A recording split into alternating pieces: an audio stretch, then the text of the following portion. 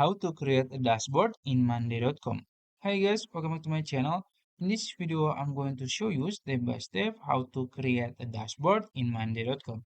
If you don't know yet, monday.com is a work management tools that lets you have a workspace so that you can manage all your details, all your tasks, and all your data.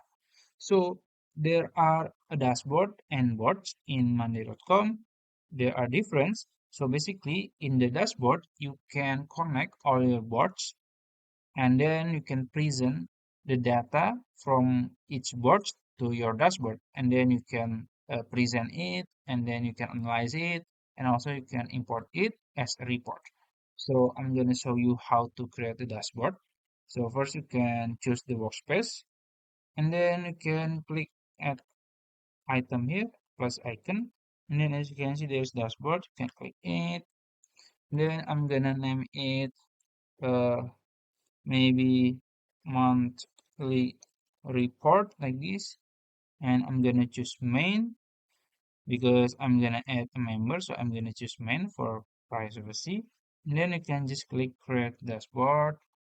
We're gonna wait, and as you can see it's done. You have created a dashboard, and then basically you can connect your boards. As you can see, I have two boards that I can connect to this dashboard. I'm gonna choose this one, and then I'm gonna click done.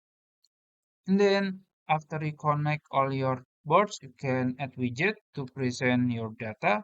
Maybe I'm gonna choose widget chart, so I'm gonna see the data, they're working on it, stock, waiting and approve, something like that. And also you can add more widget, maybe numbers, no numbers, and also maybe this one, and yeah, you know, so you can add more. And then maybe you need to import it, you can just import it and download it or export it, I mean. So you can export to PDF and others. So that's it. If you found this video helpful, please like this video and subscribe to my channel. Thank you.